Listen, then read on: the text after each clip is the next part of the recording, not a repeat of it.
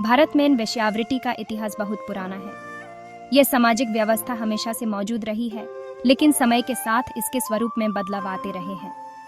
प्राचीन हिंदू ग्रंथों जैसे कि कामसूत्रा में वेश्यावृत्ति का उल्लेख मिलता है। इससे पता चलता है कि उस समय भी यह व्यवसाय मौजूद था और समझ में इसकी एक जगह थी। हालांकि उस समय वेश्यावृत्ति को आज की तरह बुरा नहीं देखा जाता था। वेश्याओं को कला और संस्कृति का रक्षक माना जाता था। उन्हें नृत्य, गीत और साहित्य का ज्ञान होता था। कई बार तो वे समाज के अमीर लोगों के बीच इज्जत की नजरों से देखी जाती थी। लेकिन समय के साथ साथ जैसे जैसे सामाजिक और आर्थिक बदलाव आते गए, वेश्यावृत्ति का स्वरूप भी बदलता गया। कई बार इस व्यवसाय को नीचा देखा जाने लगा और इसे जुड़ी महिलाओं के साथ भेदभाव होने लगा। फिर भी इतिहास गवाह है कि वेश्यावृत्ति हमेशा से भारतीय समाज का एक हिस्सा रही है। यह एक ऐसा विषय है जिसके बारे में और अधिक खोज और चर्चा की जरूरत है। मुगल शासन के दौरान भारत में वेश्यावृत्ति का एक नया रूप देखने को मिला। तवाइफों का दौर शुरू हुआ, जो अपनी कला और खूबसूरती के लिए मशहूर थी। मुगल बादशाह और अमीर उमराव तवाइफों के हुस्न के दीवाने थे। तवाइफों को संगीत, नृत्य और शायरी की तालीम दी जाती थी। वे अक्सर अमीर और ताकतवर लोगों से रिश्ते बनाती थी। इन रिश्तों से उन्हें समझ में प्रतिष्ठा और सुरक्षा मिलती थी। हालांकि सभी वेश्याओं को तवाइफों जैसी सुविधाएं और सम्मान नहीं मिलता था। गरीब और मजबूर महिलाएं अक्सर वेश्यावृत्ति के दलदल में धकेल दी जाती थी। मुगल साम्राज्य के पतन के बाद वेश्यावृत्ति में फिर से बदलाव आया। अंग्रेजों के आगमन से इस व्यवसाय पर नए कानून लागू हुए, जिससे इसके स्वरूप में काफी बदलाव देखने को मिला। अंग्रेजी राज के दौरान भारत में वेश्यावृत्ति को लेकर एक जटिल स्थिति बनी रही।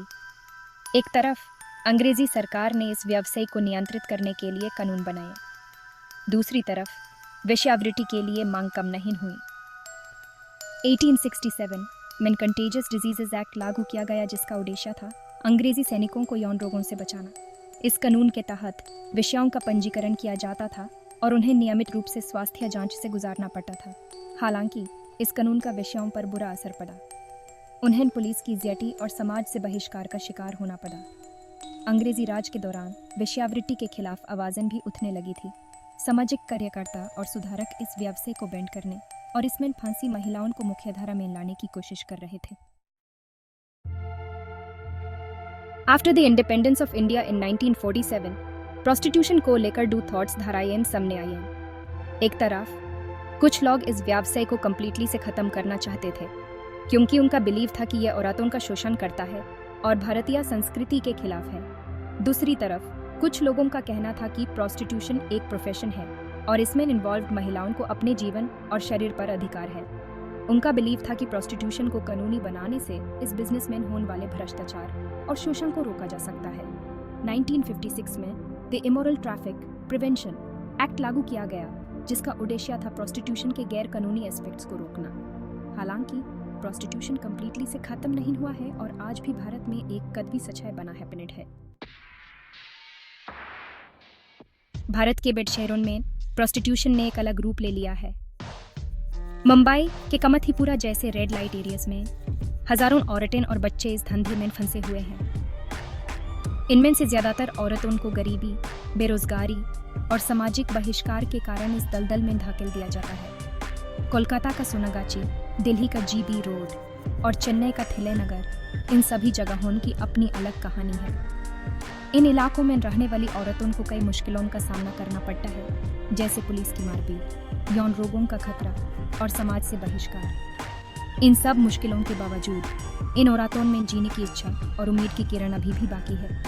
कई एनजीओज इन औरतों को इस दलदल से निकालने और एक सम्मानजनक जीवन जीने में मदद करने के लिए शिक्षा, रोजगार और स्वास्थ्य सेवाएं प्रोवाइड कर रहे हैं।